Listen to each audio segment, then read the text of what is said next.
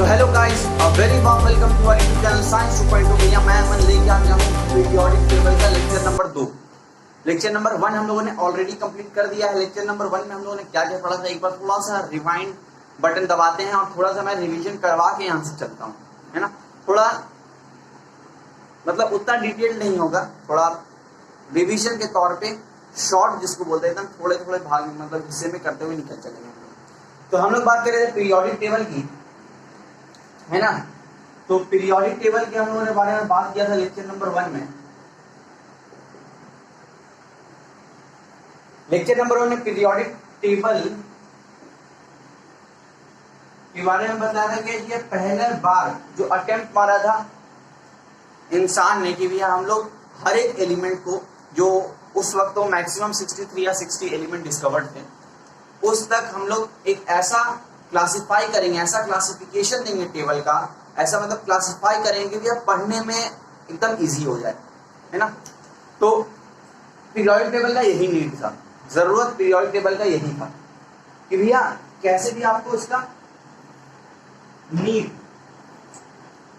आपको इसका मतलब हर एक एलिमेंट का प्रॉपर्टी याद हो जाए। अब अभी तक अर्थ में, अब तक मैं उस वक्त की बात कर रहा था 63, अब तक 180 एलिमेंट डिस्कवर्ड हैं पूरे ऑल ओवर वर्ल्ड में। तो मैं आपको बोलूंगा भैया पर्टिकुलर एक जाके आप एक एलिमेंट का आप मुझे प्रॉपर्टीज बतला दो, तो वो आपके लिए बहुत ही डिफिकल्ट हो जाएगा याद करना। तो पीरियोडिक टेबल उसी चीज को थोड़ा इजी वे में करने का तरीका था, भैया पीरियोडिक टेबल बनाया जाए। तो पहला अटेम्प्ट मैंने बोला कि भैया डॉबेराइनर ने मारा था,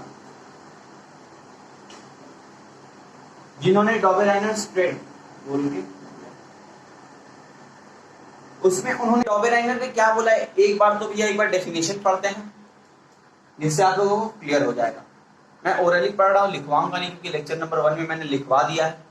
तो डॉबेराइनर ट्रेड ने कहा कि when elements are arranged in the order of their increasing atomic masses, जब हम लोग इंक्रीजिंग एटॉमिक मास के हिसाब से अगर हम लोग अरेंज करेंगे एलिमेंट्स को, तो ये मान लो मेरे पास 3 एलिमेंट है, तो इसका एटॉमिक मास मैंने बोला 1, इसका 2, इसका 3, तो 1 2 3 मतलब इंक्रीजिंग ऑर्डर में होना चाहिए एटॉमिक मास, समझ गए हो। द ग्रुप्स ऑफ 3 एलिमेंट्स, उनको 3 एलिमेंट ऐसा मिला जो ग्रुप थे जिसमें सिमिलर केमिकल प्रॉपर्टीज था। The groups of 3 elements are acquired which have the similar chemical properties, the atomic mass, then the atomic mass of the middle element is the approximately the arithmetic mean of the other two। यही इन्होंने डॉबेराइनर trade था। तो इस डॉबेराइनर trade का हम लोग पिछले बार भी हम लोग एक एग्जांपल लिए थे, ये एक ही एग्जांपल, और अभी भी एक ही एग्जांपल लेते। मैंने कहा, उन्होंने कहा कि जैसे मैं एक एग्जांपल बतलाता हूं, क्योंकि ट्रेड जैसे ही उन्होंने लॉन्च किया, सब साइंटिस्ट ने कहा भी आपका लॉ कैसे एप्लीकेबल है वो आप मुझे बतलाओ। तो उन्होंने लिथियम, सोडियम, पोटेशियम एक एग्जांपल लिया, और भी बहुत सारा एग्जांपल लिया। मैंने 2 एग्जांपल पिछले लेक्चर में भी बतलाया है। तो इसका तो भैया एटॉमिक मास 3, इसका 23, इसका 39, तो इन दोनों को प्लस किया जाए, कितना आ रहा है 42 बाई 2, कितना आ रहा है भाई, एक मिनट, ये में 6 होता है, सॉरी ये 6, तो 6 plus 39 which will becomes 45 and then 22.5। तो मैंने क्या कहा था, approximately the arithmetic mean of the other two. तो भैया approximately arithmetic mean of the other two है मिडिल एलिमेंट का, यही उन्होंने कहा। डॉबेराइनर्स का लॉ दिया तो सारे साइंटिस्ट उस पर भिड़ गए भैया इस ट्रेड को गलत साबित करने के लिए, मतलब गलत साबित करने के लिए, मतलब इस ट्रेड में कोई खामी तो नहीं है ढूंढने के लिए, इस ट्रेड में कोई गलतियां तो नहीं है वो ढूंढने के लिए सारे साइंटिस्ट लग गए, और ड्रॉबैक इनका भी निकल आया। इनका ड्रॉबैक आया कि भैया all the elements are not arranged in form of threads, है ना। इसका मैंने एक अच्छा सा ड्रॉबैक मैंने पिछले लेक्चर में भी लिखवा दिया हूं। तो भैया उन देखा गया स्प्रेड में कि हर एक एलिमेंट अरेंज नहीं हो रहा है, तो डॉबेराइनरी का लॉ जो ट्रेंड था वो कुछ समय के लिए एप्लीकेबल नहीं था। तो आगे के बुक में तो भैया अगला नाम लोथर मेयर का है, जिन्होंने एटॉमिक वॉल्यूम कर्व दिया था। क्या दिया था? Atomic volume curve. मैंने एटॉमिक वॉल्यूम का डेफिनेशन लिखवा दिया है पिछले वीडियो में, अगर आप नहीं देखे हो तो उसे जाके देख लेना। मैंने उसमें डिटेल में एक्सप्लेन भी किया हुआ है। तो उन्होंने एटॉमिक वॉल्यूम कर्व दिया जो कुछ ऐसा देखने में था। यहां मेरा अल्काली मेटल था, यहां मेरा नॉन मेटल था, यहां मेरा ट्रांजिशन था और यहां मेटल था। तो उन्होंने यही कर्व दिया था। अच्छा एक मिनट, यहां नॉन मेटल, यहां मेटल, यहां पे उन्होंने बतलाया कि यहां पे मेटल आएगा, यहां पे नॉन मेटल आएगा। ठीक है, उन्होंने यही कर दिया। मैंने इसके लिए एक न्यूमेरिकल भी करवाया है पिछले वीडियो में, और यहां पे फिर आपका अल्काली मेटल हो जाएगा। इसको अगर डेफिनेशन में बोला जाए, मतलब प्रॉपर इंग्लिश में, अंग्रेजी में कहा जाए, तो हम लोग पढ़ेंगे कैसे इसको। Alkali metals are lies at the peak, metal occupy the minima, metal occupy the descending curve, non-metal occupy the ascending curve, and minima occupied by transition, इसको मिनिमा बोलते हैं। ठीक है, तो यही इनका लॉ था और यही तक हम लोगों ने कल पढ़ा है। तो इनका तो भी आप ट्रेंड गलत हो गया डॉबेराइनर का, है ना। तो उसके बाद एक आए साइंटिस्ट मेंडलीव,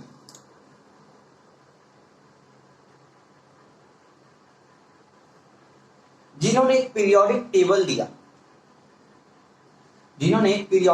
दिया, जो कि बाद में ये भी चल के गलत हो गया।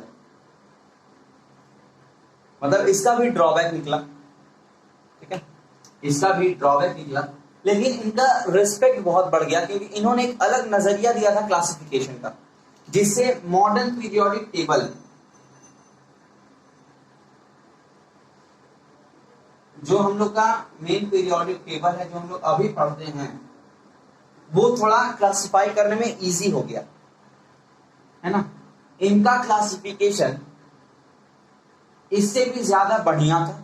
बढ़िया मतलब ड्रॉबैक तो इसके ज्यादा थे, लेकिन उस टाइम में जब ओनली 63 एलिमेंट डिस्कवर्ड थे, only 63 in era of Mendeleev के एरा, जब मेंडलीव पीरियोडिक टेबल का बना रहे थे, उस टाइम पे उनके पास सिर्फ 63 एलिमेंट्स नोन थे।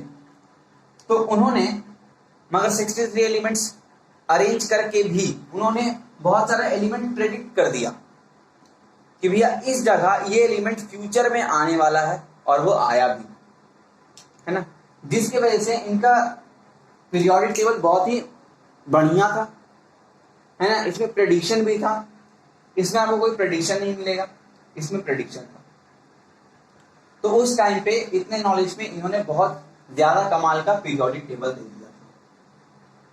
11th 12th में आओगे तो भैया बहुत सारा पीरियोडिक टेबल पढ़ना होगा। मेंडलीव के पहले भी बहुत देना था, लेकिन आप लोगों के सिलेबस में डॉबेराइनर है, उसके बाद सीधे मेंडलीव है। तो मेंडलीव हेडिंग डाली,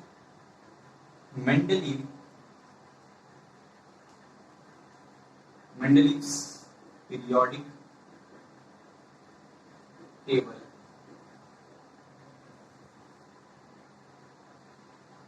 इनका लॉ क्या था?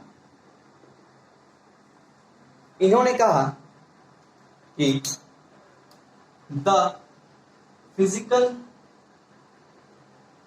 And chemical properties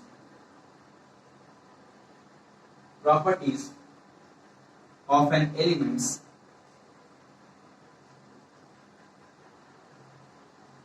are periodic in function are arrange, एक minute, the physical and chemical properties of elements are periodic function of their atomic masses, atomic masses, एक मास और बढ़िया से लिखते हैं।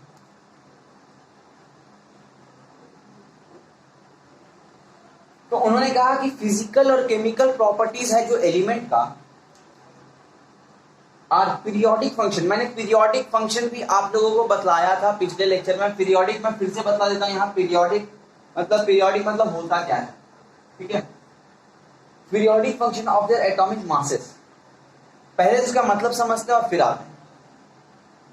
उन्होंने कहा कि जब हम लोग एलिमेंट्स, मतलब 63 एलिमेंट्स थे हम लोग उस टाइम पे, तो उन्होंने कहा कि जब मैंने अरेंज किया उन 63 एलिमेंट्स को इंक्रीजिंग एटॉमिक मास के हिसाब से, इन the order of their increasing atomic mass, कर लो यहाँ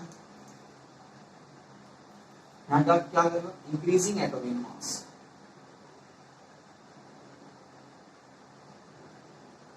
इंक्रीजिंग एटॉमिक मास,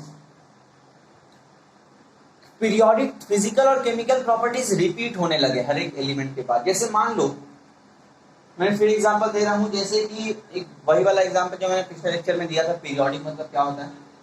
जैसे कि आज आपका फ्राइडे, मान लो आज आपका फ्राइडे दिन, ठीक है, फ्राइडे, तो सैटरडे हुआ, संडे हुआ, ठीक है, फिर मंडे आया, फिर Tuesday, Wednesday, Thursday, Friday, Saturday, Sunday.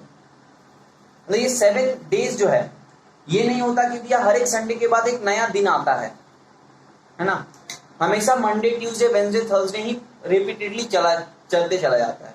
Sunday के बाद मंडे, मंडे के बाद ट्यूसडे, ऐसे करके निकलते चला जाता है। ऐसा तो नहीं होता भैया कि अगर आज फ्राइडे है, वैसे तो आज संडे होगा, आज संडे है, तो संडे के बाद जरूरी नहीं कि मतलब आपका एक नया दिन आए, वैसा तो कुछ है नहीं, आता आपका दोबारा मंडे ही है। मतलब ये जो 7 डेज है ना, ये बहुत ही पीरियोडिक है, इन्हें अरेंज किया गया मंडे से संडे पीरियोडिकली, कि भैया हर एक चीज के बाद यही रिपीट होंगे, तो उसी को कहते हैं पीरियोडिक। जो फिजिकल और केमिकल प्रॉपर्टीज और पीरियोडिक फंक्शन में थे, रिपीट हो रहे थे फिजिकल और केमिकल प्रॉपर्टीज, जब अरेंज किया गया एटॉमिक मास के हिसाब से, ठीक है। तो यही इनका लॉ था। अब आते हैं इन्होंने क्लासिफाई कैसे किया।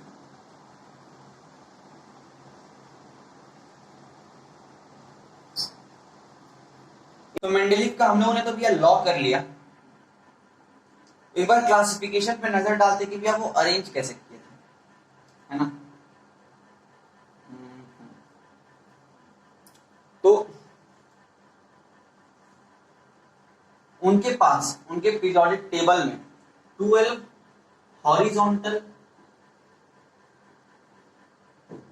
रोज थे, जिन्हें हम लोग पीरियड बोलते हैं।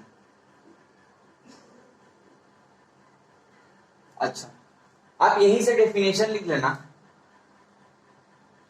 कि भैया पीरियड क्या होता है।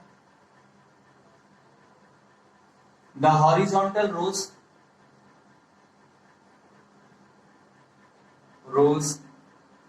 आर कॉल्ड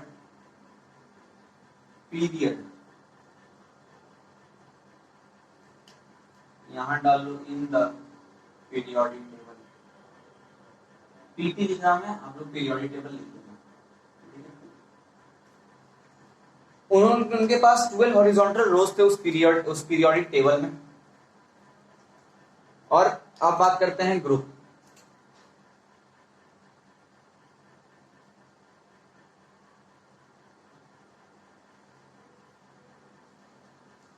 ग्रुप में किसे बोलते हैं? वर्टिकल कॉलम्स इन द, फिर से मैं पीटी लिख रहा हूं, आप लोग पीरियोडिक टेबल लिख लेना। in the periodic table is called group. तो मेंडलीव के पीरियोडिक टेबल में 8 ग्रुप्स थे। कितने थे भाई? 8। ठीक है, तो उनका कुछ पीरियोडिक टेबल इस तरह अरेंज था।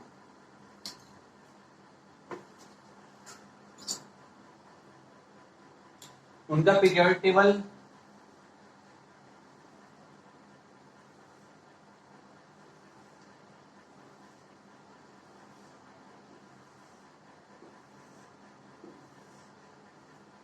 इस तरह देखने में था, और यहां 12 पीरियड थे।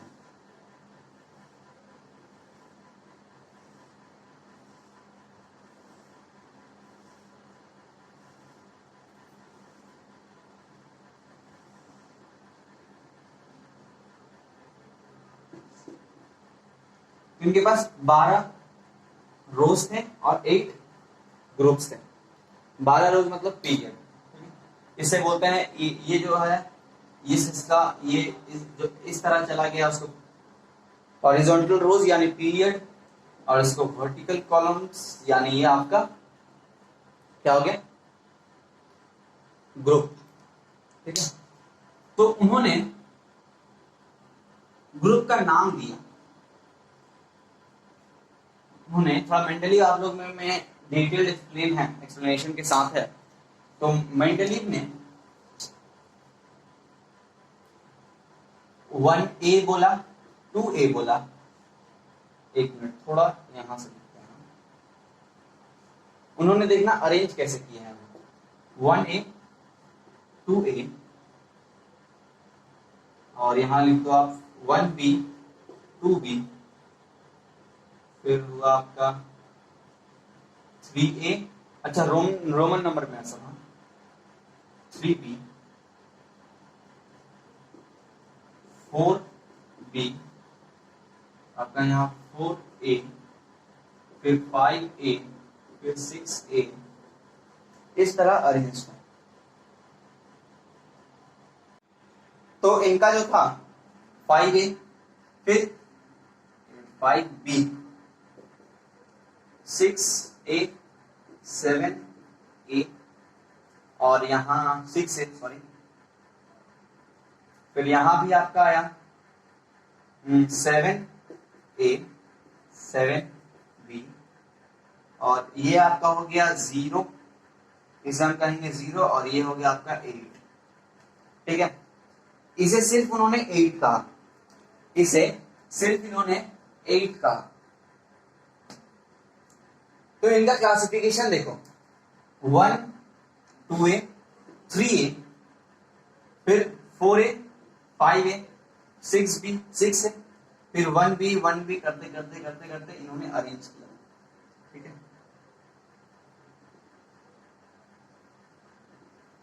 ये सारे आपके ये ग्रुप्स के नाम थे। ठीक है, अच्छा, इसके साथ एक और चीज अपन क्लियर करेंगे। अभी मॉडर्न पीरियोडिक टेबल की तरफ चलेंगे नहीं, लेकिन आपको मैं एक जानकारी देने के बाद मैं बतलाऊंगा एक चीज, जैसे कि ये जैसे कि मतलब यही है मॉडर्न पीरियोडिक टेबल जो नील्स बोर के द्वारा प्रपोज किया हुआ था, जो नील्स बोर ने दिया था, उसमें 18 ग्रुप्स थे और 7 पीरियड थे। ये याद रखना, 18 ग्रुप्स यहां आपके लिए नहीं है। अब देखो, आप यहां लिखो 1A 2A 3B 3A 4A 5A और फिर हुआ आपका 6। आपको कंफर्ट के लिए आगे भी चलते हैं ताकि आपको सीक्वेंस पहचान में आ जाए, ये याद आपको नहीं करना पड़े, सीक्वेंस में आप उसे देख सकते।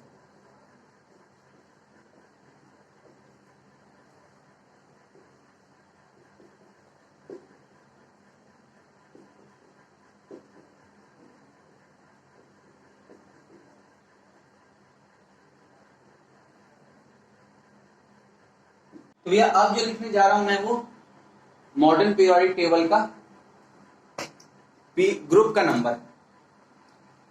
तो मैं इसे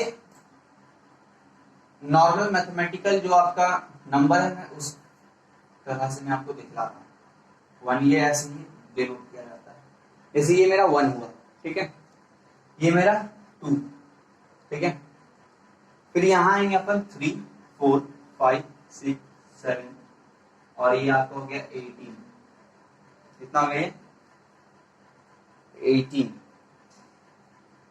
ठीक है।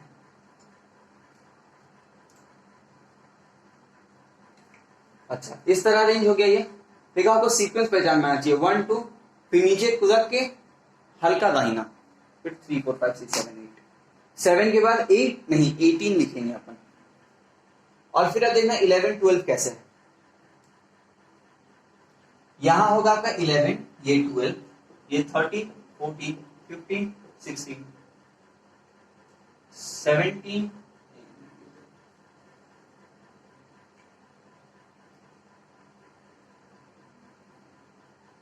ये हो गया आपका 17 और यहां आपका 8 से लेकर 10 तक, ठीक है। मतलब 8 जो ग्रुप है आपका वो 8 से लेकर 10 तक उसमें वो इंक्लूडेड है मॉडर्न पीरियोडिक टेबल में।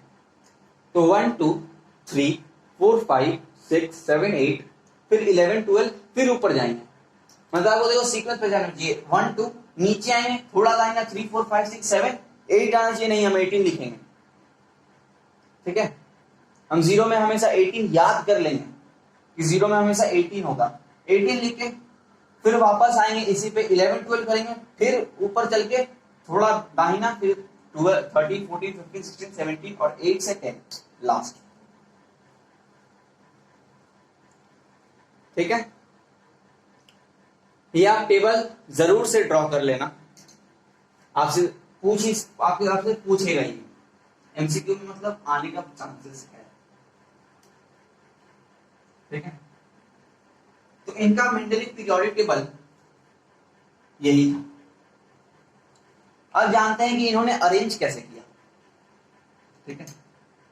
इनका अरेंजमेंट कुछ ऐसा था, मान लो हाइड्रोजन यहां, इनका अरेंजमेंट ही मतलब ऐसा था, हाइड्रोजन हीलियम, तो ये इसका 1 इसका 4 इंक्रीजिंग एटॉमिक मास के हिसाब से हम लोग अरेंज करना है। फिर इनके पास लिथियम आया 3, तो इनको कैसे पता चला कि भैया लिथियम हम यहां रखेंगे। उन्होंने देखा कि इसका इलेक्ट्रॉनिक कॉन्फ़िगरेशन पहले हर एक प्रॉपर्टी उन्होंने चेक किया कि इसका 1 होता है तो इसे अगर हम लोग करेंगे तो लास्ट सेल में बनाएगा, ठीक है। तो ऐसा कोई एलिमेंट है हम हमारे मतलब हिसाब में जिसका लास्ट सेल में 1 है, तो वो था आपका लिथियम। लिथियम का 3 होता है तो 2 1। फिर उन्होंने देखा कि भैया नहीं सोडियम का भी आता है 2 8 1, ठीक है। ऐसे करते करते उन्होंने अरेंज किया। बेरिलियम जैसे ले लो, और उन्होंने देखो प्रॉपर्टीज भी देखा उन्होंने, जैसे यहाँ पे अल्कली मेटल, उनको पता चला कि भैया हाइड्रोजन अल्कली मेटल, यानी आप इसे सॉल्ट प्रोड्यूसर बोलते हैं, नहीं एक मिनट, अल्कली मेटल है ये, ठीक है, ये हाइड्रोजन होता है सॉल्ट प्रोड्यूसर, अल्कली मेटल है ये।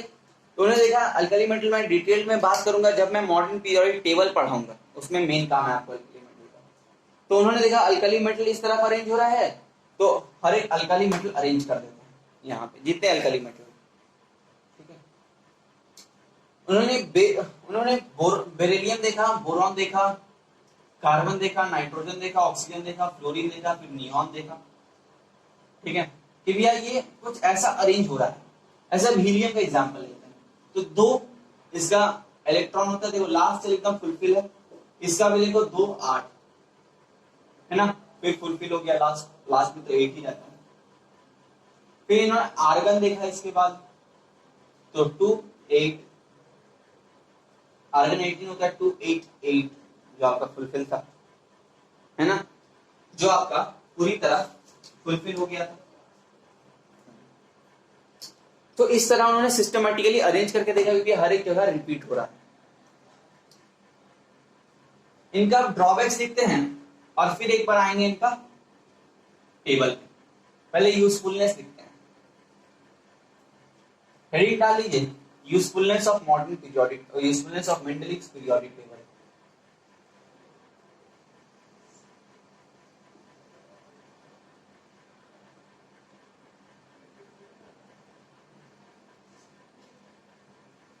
मैं पीटी लिख रहा हूं।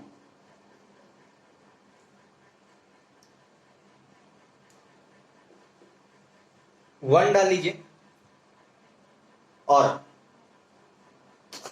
तो पीरियोडिक टेबल यूजफुल कैसे था? पीरियोडिक टेबल आपको एक इजी वे दे रहा था हर एक प्रॉपर्टी को लर्न करने का, मतलब याद रखने के लिए। दूसरा था कि क्या लिखा है, हाँ, कि उन्होंने प्रेडिक्ट कर दिया बहुत सारा एलिमेंट्स जो उस वक्त अननोन थे, कुछ का उन्होंने एटॉमिक वेट भी सही किया। ठीक है, तो पहला लिखते हैं, लिखो this periodic table serves, this periodic table serves an easy, तो easy idea to serves an easy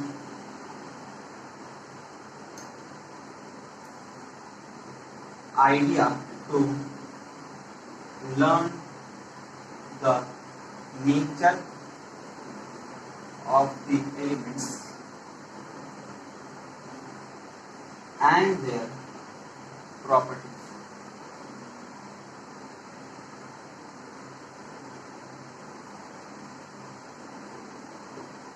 ठीक है, and their properties. And their properties. ठीक है, एक तो आपको वो इजी नेचर दे रहा था एलिमेंट को अंडरस्टैंड करने का, उसको लर्न करने का। ठीक है, दूसरा लिखते हैं,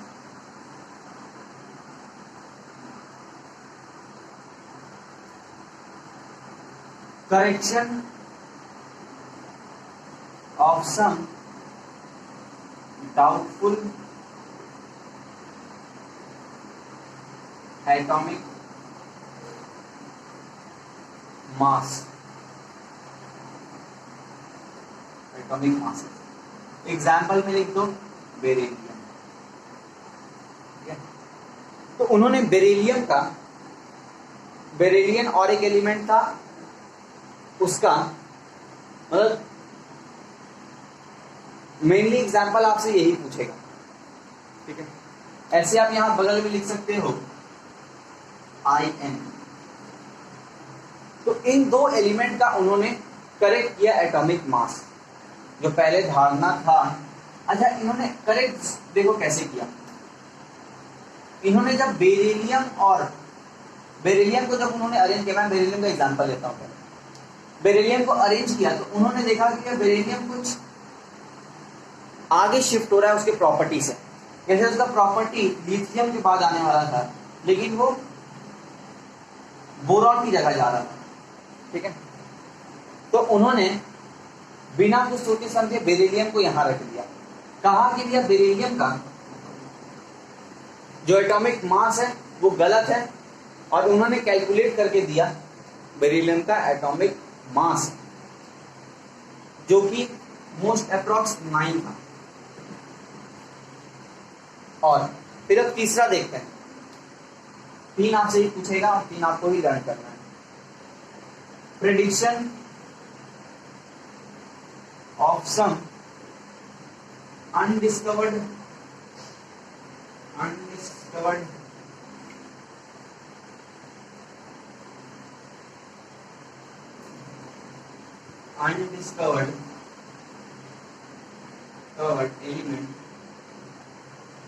एलिमेंट। एग्जाम्पल में लिख लो एका अल्यूमिनियम इका एल्यूमिनियम और इसका नया नाम था जर्मेनियम। एक मिनट, इसका नाम था गैलियम। इसका नाम था गैलियम।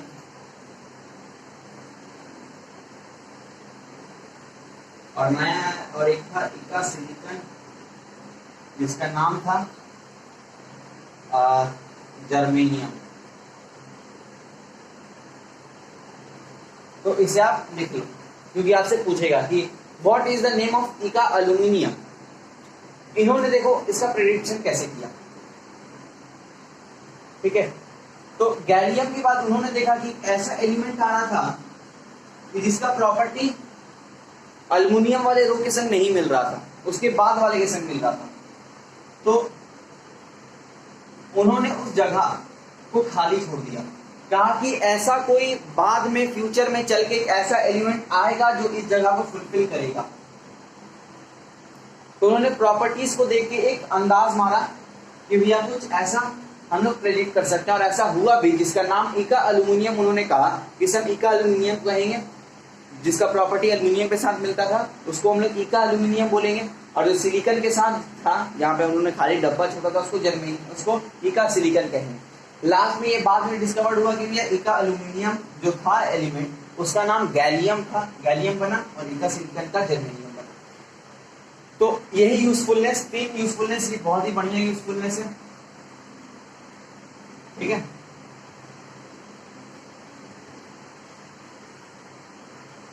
तो यही तक इनका यूजफुलनेस था।